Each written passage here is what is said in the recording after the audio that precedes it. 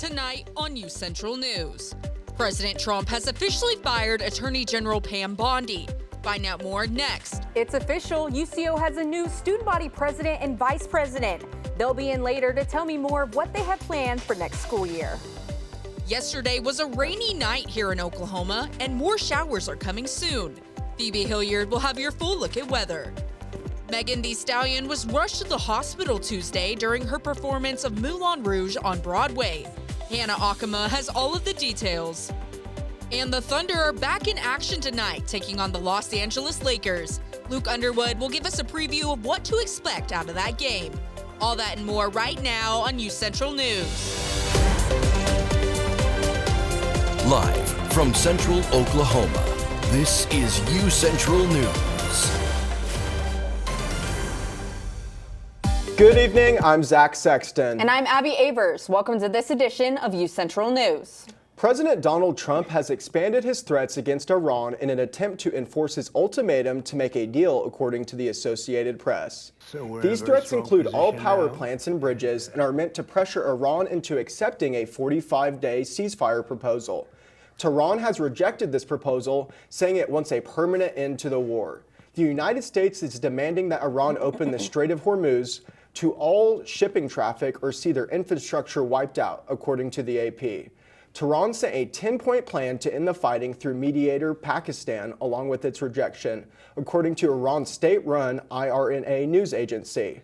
Mojtaba Ferdowsipour, head of Iran's diplomatic mission in Cairo, told a AP, quote, "We only accept an end to the war with guarantees that we won't be attacked again."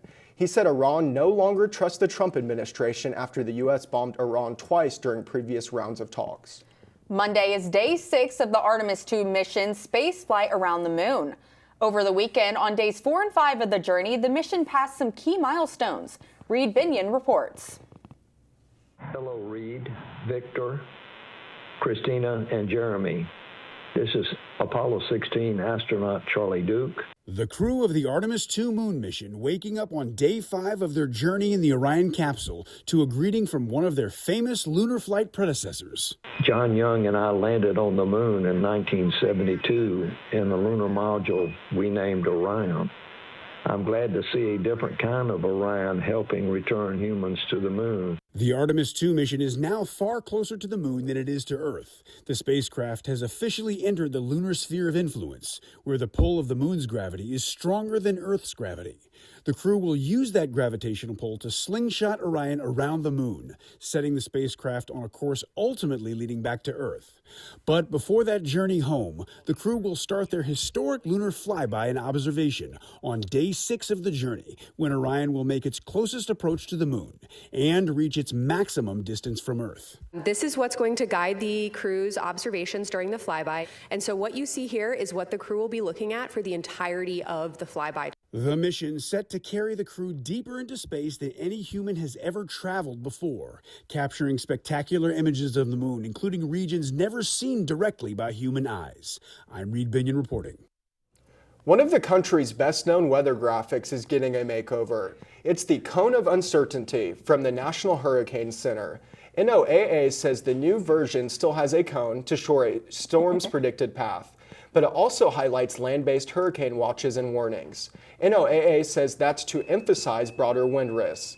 NHC also has a new map for possible storm surge flooding in Hawaii. Well, it was a warm one outside today. Elijah, how's it looking out there right now? Hi there, Elijah Point with your first look at weather. It's looking pretty good out there, Abby. Let's head outside, all right? Now that we're out there, 73 degrees, a sunny 73 degrees, southeast winds going around 5 miles per hour. You have the humidity, one of its lowest, 23%. You know what that means? The temperature is going to feel a lot hotter than it is. So it feels like 77 degrees, almost 5 degrees higher than it really is. And if you've been outside, you know there's no clouds in the sky. The sun is truly beaming. It's going to be a great day to go outside and enjoy the weather. But you know what that also means? The algae index is on the rise. It's going a little bit fritz. You see that today, the tree is not the one ruling the country or ruling the area. It is the weed. And so we can see tree and grass are in the medium area. The weed is going to be all the way up high. And mulch trailing in 4th place in the low. So if you do have any allergy, especially with weeds, be outside. Don't be outside, I should say, but be ready, okay? As we look ahead, we can see that we have breezy weekend conditions throughout the week. We are going to have sunshine throughout the rest of the week as well, right? But we do have some rain chances coming up through the weekend, right? And we do have high UV index throughout the week as well because of how there's no clouds in the sky and the sun is truly beaming. And a little fun fact for y'all, today's the last Monday show, and it's been a pleasure doing it with y'all. But that's all I got for y'all. Right back to y'all at the desk. Thanks, Elijah. I'm looking forward to that sunshine this week. Oklahoma's filing day for government office has officially passed, marking the start of the 2026 election season. Candidates lined up at the state capitol as filing opened last week, with crowds stretching through the rotunda and outside the building. Among those filing were gubernatorial candidates Cindy Munson, Gentner Drummond, and Chip Keating, and many more making an appearance. Several major statewide positions are on the ballot this year, including governor, state superintendent, and attorney general. All seats in the House of Representatives and half of the state Senate will also be on the ballot. Primary elections are set for June 16th, with runoff elections August 25th and the general election November 3rd. National Student Athlete Day, annually observed on April 6th, is an opportunity to recognize the outstanding accomplishments of student athletes. Abby's in studio with Gabe Johnson, a UCO wrestler. Abby? I'm here with Gabe Johnson, a senior wrestler here at UCO. Thank you so much for joining us today. Thank you for having me. Now, I want to talk a little bit about the biggest award of your career you just got. You were just named Division II Wrestler of the Year. What does this award mean to you? It means everything. It kind of shows, like how much my work's paid off. I've never won that award, and just being recognized as the most dominant, that's voted on by the coaches. So not a lot of other coaches like UCO, so just receiving that from coaches around the nation is awesome, and it feels great. Yeah. So not only did you pick up that honor, you also picked up your third straight national title, where you also got awarded D2's most dominant wrestler. What set this season apart from your previous two titles? I think just knowing it was my last year, so going out there and leaving everything on the mat. I also didn't feel as much pressure as the year before because, I've been there multiple times, and, I was really wrestling for the team and wanted to go out there and do my best for the team and hopefully win as a team title and reach my individual goals. But less pressure, and it was a great season. Yeah.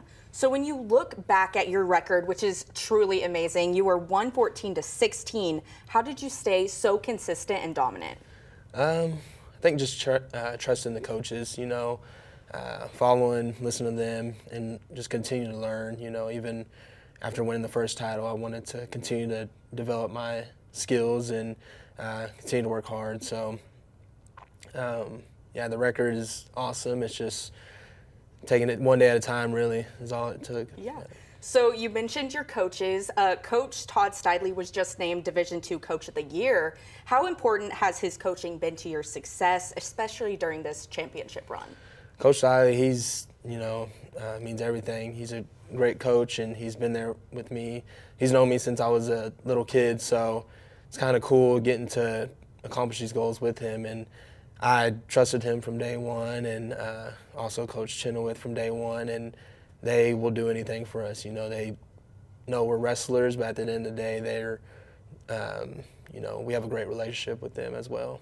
Yeah, so you win Wrestler of the Year, he wins Coach of the Year. How special was that to get that recognition together?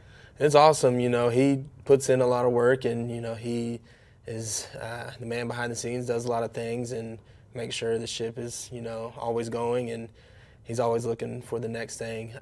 So for us to win it, and kind of for me to go out that way and us both win it, it's awesome, So like I mentioned earlier, you are a senior, and we will be losing you in May. What's next for you?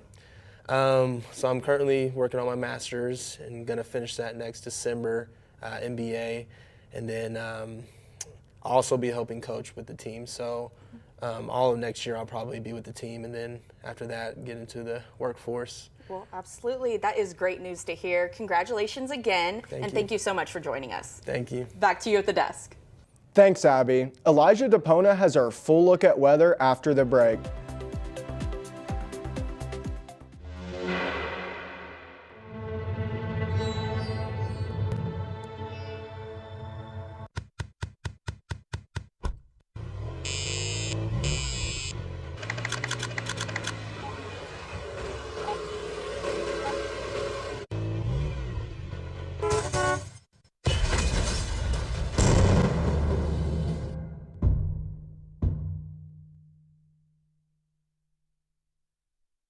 It's time to explore, to come out and play.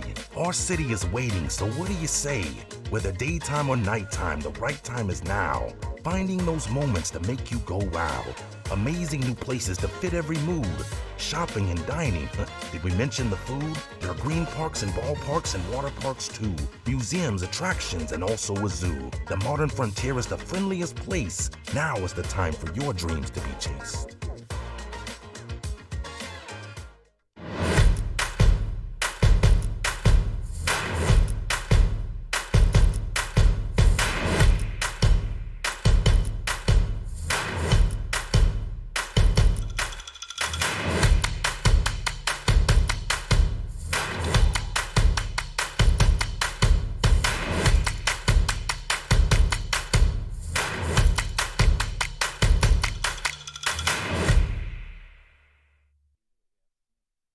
It's the Roadway Replay. Time for the lightning round, Brian. Let's rewind your drive to work. How far did your car travel while you checked your phone? 20 feet, 100 feet, the length of a football field? 100 feet. Oh, sorry, Brian. In just 3 seconds on the highway, your car traveled the length of a football field. Distracted driving? It's no game.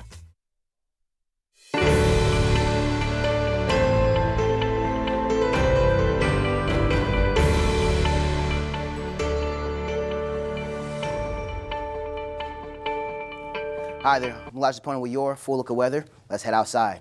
And we're out there with 73 degrees, a sunny 73 degrees. I can tell you right now, there's no mistaking it. It truly is a bright day. Right? We look outside, we got a wind, southeast wind going around 5 miles per hour. Humidity around 23%. Feels like 77 degrees out there because of how low the humidity is. We can definitely feel that temperature. We definitely feel that heat throughout the day. As we look through the current temperatures, we can see that we have a high of 74 degrees. Look through the northern part of the states, we can see that they're a little bit higher than us, with Enid around 75, Tulsa around 75 as well, Woodward around 76. But if we look through the southern part of the states, we can see that Ardmore is around 72. We've got Lawton around 72, McAllister around 75. So we do have colder temperatures, a little bit colder temperatures in the southern part of the states and a little bit hotter temperatures in the northern part of the states. As we look through tonight, we can see that we settle at 46 degrees, a mainly clear 46 degrees. We got southeast winds going around 8 miles per hour. Humidity is really low, right? And we got cloud coverage around 11%. But that's going to keep growing, I should say, as we keep going throughout the week. As we look through tonight, like I said, we settle around 46 degrees, and the entire state settles with us. As we look north, we can see Enid around 42, Ponca City around 43, Woodward around 45. As we look in the southern part of the states, we can see Ardmore around 44, McAllister around 43, Lawton around 42. So it's going to be a cool temperatures throughout the entire state. As we look through tomorrow, we can see that we start the day at 7 a.m. a cool 46 degrees. As we keep going, we get to noon, we'll get cloudy, 65 degrees. And then as we keep going throughout the day, as we reach the end of the day, we're going to increase the temperature just a little bit at a cloudy 66 degrees. As we look through tomorrow, we can see that we have a high of 71. We'll go throughout the state. Northern part's going to be a little harder than us. Enid around 72, Ponca City around 72, Woodward around 71. While the southern part of the states is also going to be a little bit colder, with Lawton around 68 and Alice around 69 respectfully. Now let's look at that 7-day forecast. We are hot today, but as we keep going throughout the week, the temperature is still going to stay hot, but the cloud coverage is going to increase more and more until we reach Friday, which was going to be a mostly cloudy day, and then we get to the weekend where we're going to have those rain chances. We have Saturday with 55% chance of rain, and we have Sunday around 58% chance of rain. So we're going to have cool, great, sunny temperatures until we get to the weekend. But I have a question for y'all up in the desk. Easter just passed by, right? And it was one of the Easters that we didn't have any real rain chances. It was actually sunny. It was a beautiful day, actually. So what did y'all do with your Easter?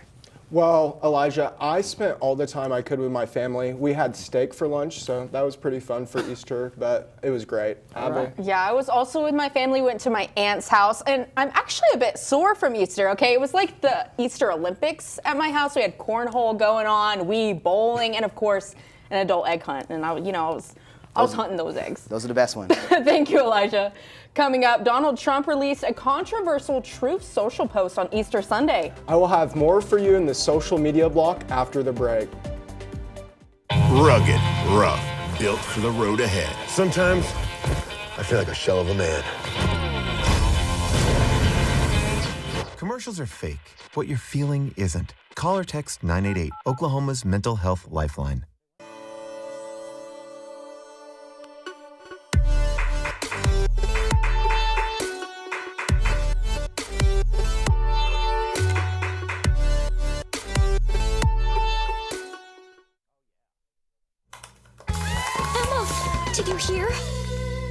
Todd's in the hospital. Who's Todd? He got a collapsed lung from vaping. He thought it was cool. Not cool. Promise you won't vape, Emma. It can lead to a lifelong addiction, and we can't be friends if your lungs collapse. Bogus. Wacky sitcom teens aren't the best people to talk to your kid about vaping. Hey, you got a minute? You are. Start the conversation with your child about vaping today.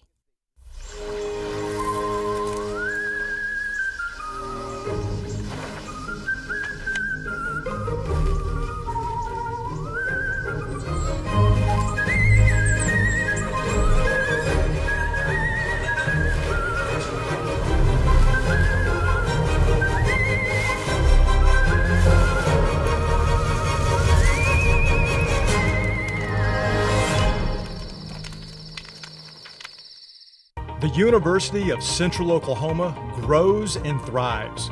We move forward, daily living the Bronco way, being reflective of our neighborhood, community, history, and Oklahoma.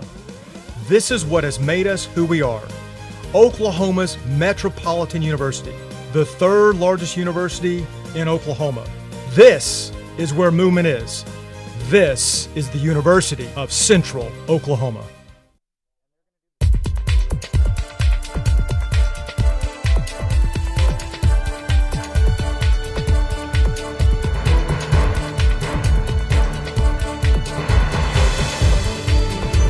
Hello Broncos, I have your Monday social media update.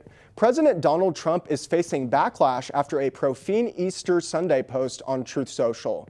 In the message, Trump directly warned Iran to reopen the Strait of Hormuz, using explicit language and threatening serious consequences if they did not comply. The strait is a key global oil route, and its disruption has already raised concerns about the energy prices and international stability.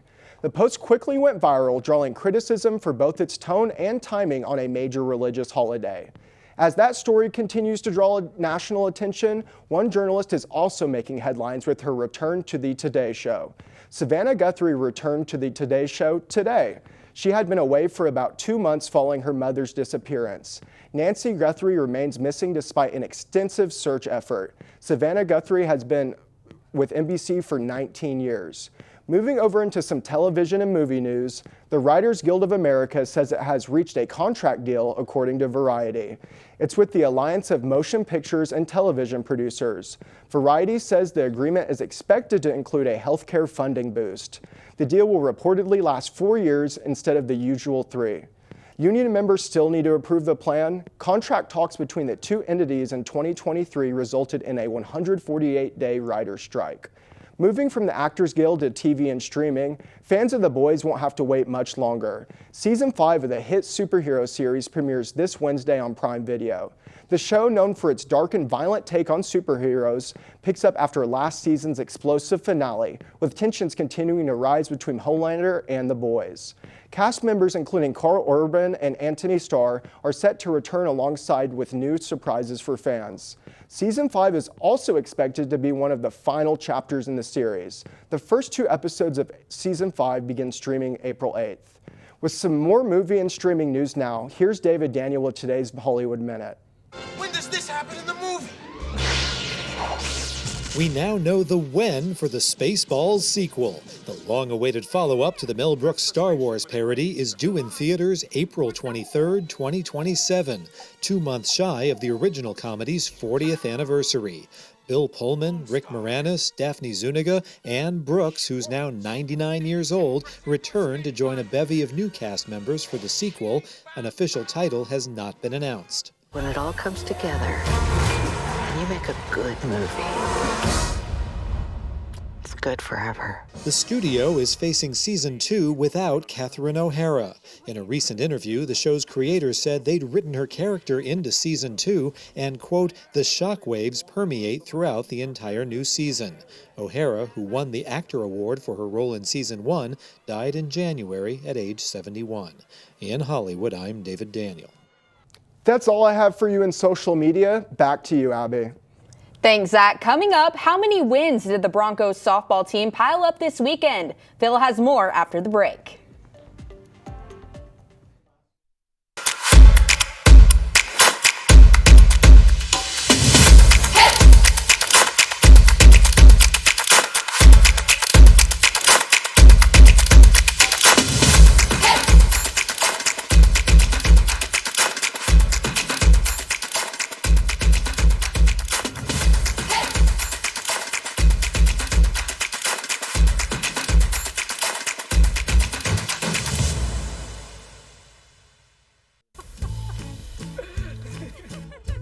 Sometimes it makes everything funny. Sometimes it's nothing to laugh about. Weed. It's funny like that. And unlike alcohol, with marijuana, there's no legal limit. So even if you don't feel high, you could get a DUI. No matter how much weed you've had, don't get behind the wheel, because driving impaired is illegal, and that's no joke.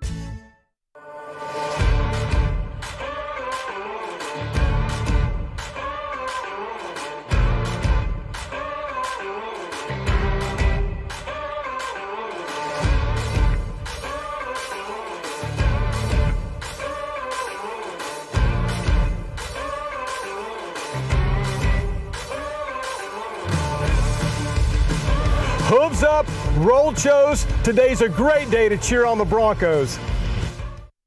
Welcome back to the Pain Train. Okay, Sean, here's your final question. A train hitting your car is the same as your car hitting a boulder, a brick wall, or a soda pop can. A brick wall?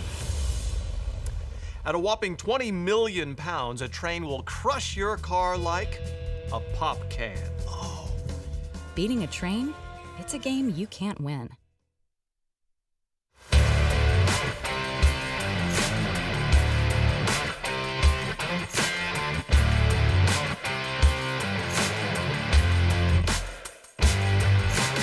Howdy, everybody. We got one last ride into the sunset. I'm Phil. I'm graduating in May, so let's talk sports one last time.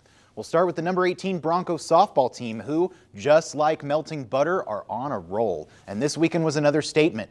UCO has now won 31 games this season, marking the 14th straight year the program has hit the 30-win mark. And the Broncos are 9-3 in MIAA play, riding a 6-game winning streak into the final stretch of the regular season. Started Friday with a doubleheader sweep of Northwest Missouri at Gary Pinkston Stadium. Sophomore Jenna Jobe, who entered the day with just one home run on the year, slugged 2 in the opener as UCO won 5-2. Kennedy Clark drove in 4 runs across both games, and Shelby Beard and Carly Kennard each threw complete games in the 2 wins. UCO took the nightcap by a score of 8-3. Saturday was even more dramatic as UCO swept Missouri Western. In Game 1, the Broncos trailed 2-0 before scoring all 3 runs in the 4th. Sherry Mason right there delivering the knockout blow with a 2-run single down the left field line. Beard got the win. Kennard came on in relief, retiring 6 straight to earn the save. Game 2, however, went down to the wire. UCO trailed 6-4 in the bottom of the 7th before Riley Anglin ripped an RBI single, and Riley Lemos, already one of the greatest Broncos ever, lined a walk-off 2-run double to left center to complete the comeback. Lemos went 4 for 5 on the day. Head coach Sam Maples also celebrated the 200th win of her career after the Broncos' Game 1 win on Saturday. And at 31-8 and number 18 in the country, this looks like it could be one of UCO's best ever teams on the diamond.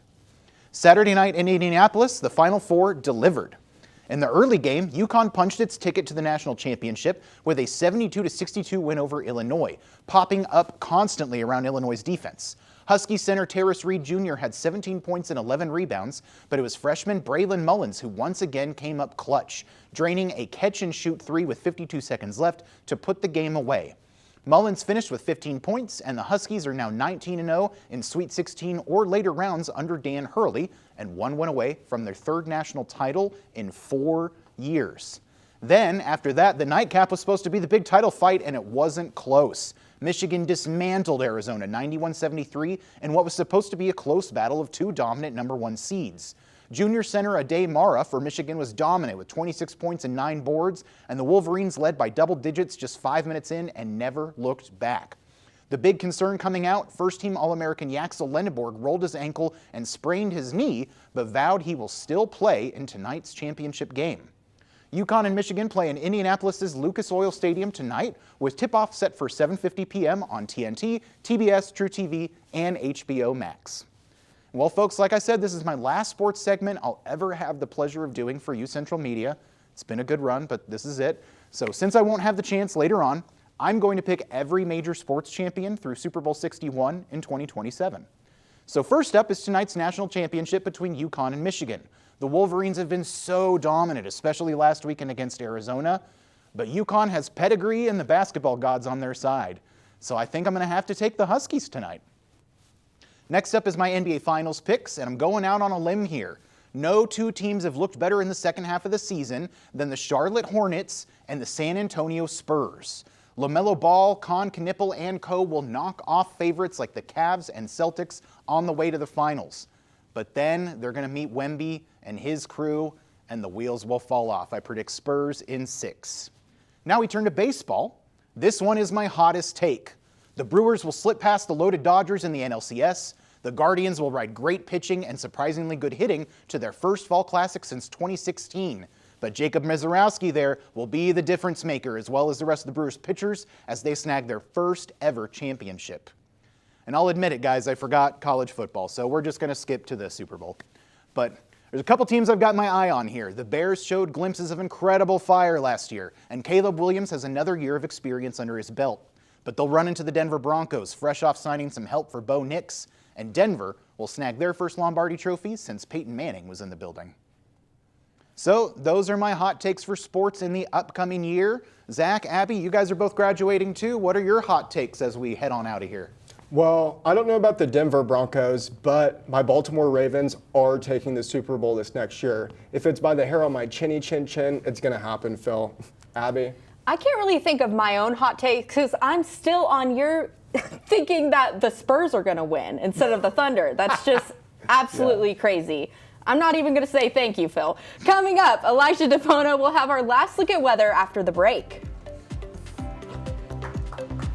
The University of Central Oklahoma grows and thrives. We move to meet our students where they are and get them where they want to go. Over time, thousands of students have made the move to UCO. They come to pursue their passions and find their calling, to improve their lives, families, and communities. UCO moves and motivates students in and out of the classroom. Here, potential takes flight. Our students' curiosity ignites a spark that fuels transformation. Oklahoma's Metropolitan University, the university that hasn't stopped moving since 1890. In fact, we are gaining momentum. This is where movement is. This is the University of Central Oklahoma.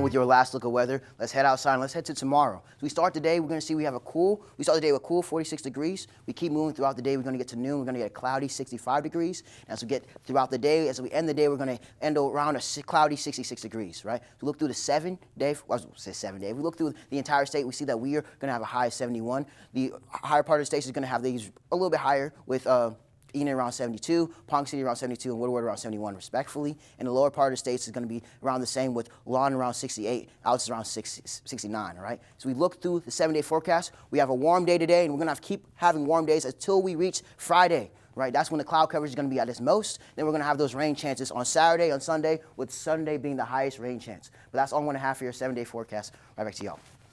Thanks, Elijah. And unfortunately, that is all the time we have for the rest of the day. I'm Abby Avers. And I'm Zach Sexton. Have a good night.